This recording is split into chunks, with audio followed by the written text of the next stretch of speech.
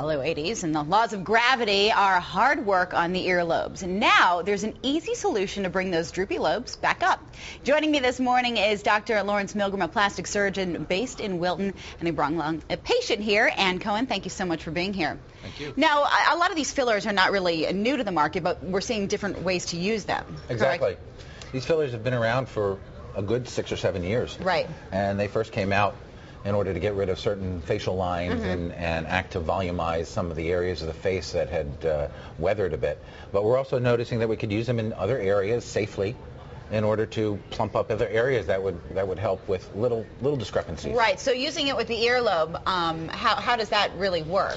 Well, what it works is that as women wear earlobes and women wear earrings, right, and the hole gets a little longer, and the earlobe gets a little thinner. By just placing a little bit of the filler in and around where the hole is, it acts as a bolster. It acts as a scaffold so that now an earring can sit there and not pull that earlobe down. It's not necessarily going to change the shape of the ear itself, just make that area a little less. It'll make that area a little bit more stronger to hold the weight of the earring, as well as the fact that in women who have thinner earlobes, we can give them a more plumper looking earlobe. A lot of women have kind of a long, thin earlobe who would want a more plumper, ruddier earlobe. Okay, so you're going to actually do an injection here and show us exactly how it's done. So I'll let you get ready, and then we can just get to it. Now, how long does it usually last?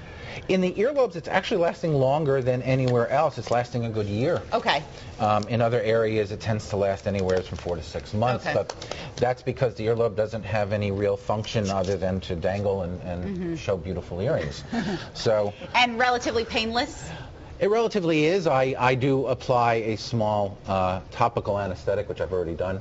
For her, so that she can tolerate the needle stick. But it's like any other tiny little knee-sting needle stick. Okay. And, I mean, how quickly after can you just throw an earring back in? Immediately. Immediately. Okay. Excellent.